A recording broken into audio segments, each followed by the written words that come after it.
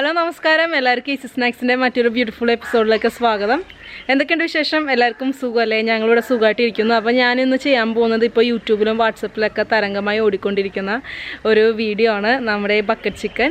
അപ്പോൾ ഞാനും പിന്നെ എൻ്റെ കുറച്ച് ഫ്രണ്ട്സൊക്കെ കൂടി ഇന്ന് ഒരു ബക്കറ്റ് ചിക്കൻ ഷൂട്ട് ചെയ്തിട്ടുണ്ട് കേട്ടോ. അപ്പോൾ അതിൻ്റെ വീഡിയോ ആണ് നിങ്ങളിന്ന് കാണാൻ പോകുന്നത്. കണ്ടിട്ട് നിങ്ങൾക്ക് ഇഷ്ടപ്പെടുവാണെങ്കിലും ഇഷ്ടപ്പെട്ടില്ലെങ്കിലും ലൈക്ക് ചെയ്യുക, ഷെയർ ചെയ്യുക, സബ്സ്ക്രൈബ് ചെയ്യുക. അപ്പോൾ നമുക്ക് വേഗം തന്നെ നമ്മുടെ ബക്കറ്റ് ചിക്കൻ എങ്ങനെ ഉണ്ടാക്കണമെന്ന് നോക്കാം കേട്ടോ.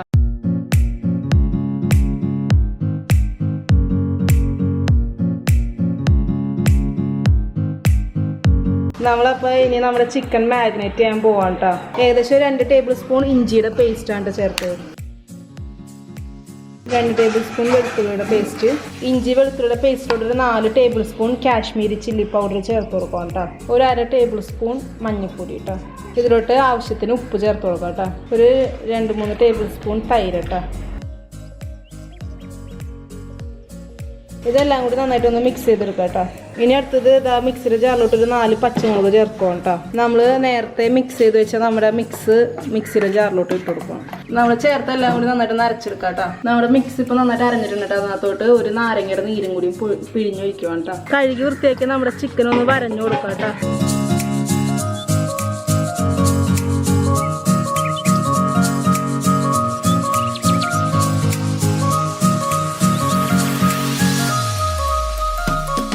നമ്മൾ റെഡിയാക്കിയ മസാല നമുക്ക് ഇതിലോട്ട് തേച്ച് കൊടുക്കാം കേട്ടോ. നന്നായിട്ട് ചിക്കനിലോട്ടൊക്കെ തേച്ച് പിടിപ്പിക്കണം.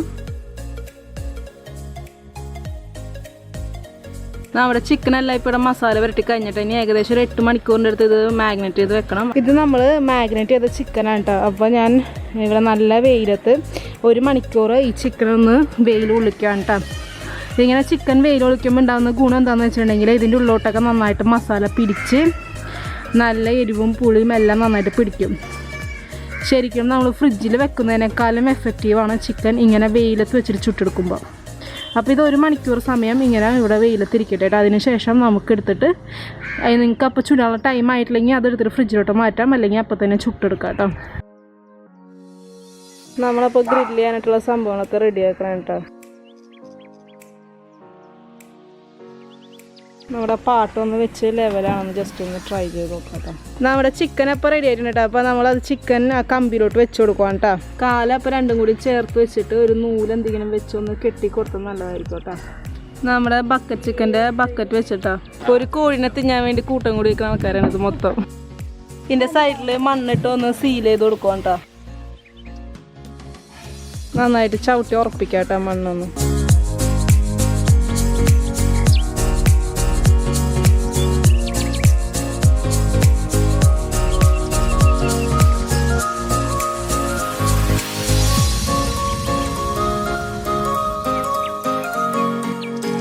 തീ വെക്കാൻ പോവാണ് കേട്ടോ. നമ്മുടെ ചൂട്ടിൽ തീ പിടിപ്പിക്കാൻ കേട്ടോ.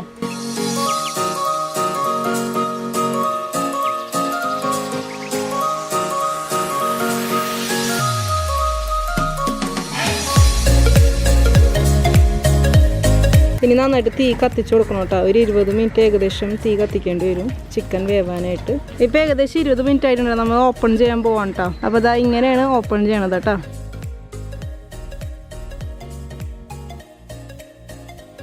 ചിക്കൻ റെഡിയായി സൂപ്പറായി വന്നിട്ടുണ്ട്. ഇനി കഴിച്ച് നോക്കിയാലാണ് അഭിപ്രായം അറിയാൻ പറ്റും. ഒരു 10 മിനിറ്റും കൂടി ആ ചൂട്ടിലിരിക്കട്ടെ എന്നിട്ടാ പറയണം. അപ്പോൾ നല്ലോണം ഒരു സ്മോക്കി ടേസ്റ്റ് വരും നമ്മുടെ ചിക്കൻ കേട്ടോ. നമ്മുടെ ചിക്കൻ വെന്തോന്ന് ടെസ്റ്റ് ചെയ്യണേ കേട്ടോ. ചിക്കൻ വെന്തിട്ടുണ്ട്. നമ്മുടെ ചിക്കൻ ഇനിയിപ്പോൾ പാത്രത്തോട്ട് മാറ്റുവാണ് കേട്ടോ. ഇനി ഇതേപോലെ തന്നെ അടുത്ത ചിക്കനും വെക്കാം കേട്ടോ. കുട്ടനങ്ങളപ്പോൾ എല്ലാം കട്ട് ചെയ്ത് സെർവ് ചെയ്യാനായിട്ട് റെഡിയാക്കാം കേട്ടോ.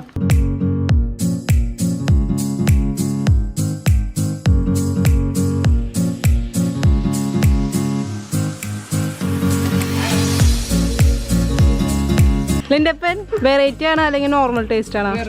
ഷെഫ് അനിൽകുമാർ എങ്ങനെയുണ്ട്? സന്തപ്പൻ എങ്ങനെയുണ്ട്?